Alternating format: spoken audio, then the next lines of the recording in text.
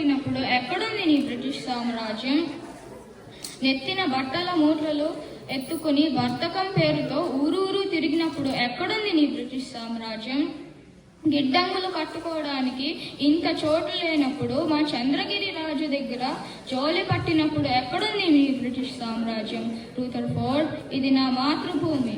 ఇక్కడ మట్టి పవిత్రం, నీరు పవిత్రం, గాలి పవిత్రం, నదులు కొండలు సమస్తం పవిత్రం. ఈ జన్మకే కాదు 1000 జన్మలకైనా ఈ పుణ్యభూమి మీదే పుడతాను. నా ప్రజల సమస్యలకై పోరాడుతాను.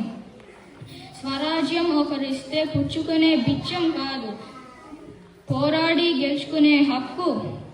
రక్తమాంసాలు ధారపోసి రక్షించుకోవలసిన వరం.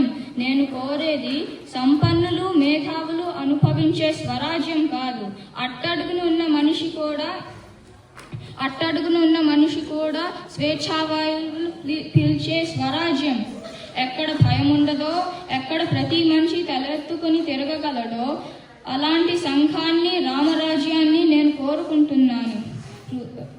నీ దుష్టరాజ్యం మా జాతిని సర్వనాశనం చేసింది రూథర్ఫోర్డ్. నా గుండె నీ పాలనపై పగబట్టింది. సీతారామరాజు ఒక వ్యక్తి కాదు, ఒక సమూహ శక్తి, సంగ్రామ భేరి, స్వతంత్ర నినాదం, స్వేచ్ఛా మారుతం. ఈ మట్టిలో మట్టినై, నీటిలో నీటినై, నా ప్రజల ఊపిరిలో ఊపిరినై, మనస్సుల్లో భావాన్నై, హృదయాల్లో జ్వాలనై, నా ప్రజలు పాడే సమర గీతాన్నై, స్వతంత్ర భారత జయకేతంగా నిలుస్తున్నాను.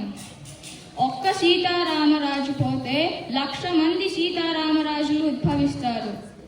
ఒక్కొక్కడు ఒక్కొక్క విప్లవ వీరుడై నీ బ్రిటిష్ సామ్రాజ్య పునాదులను పెళ్లగిస్తారు. అక్కడ కాదు రూథర్ఫోర్డ్, ఇక్కడ కాల్చు. వందే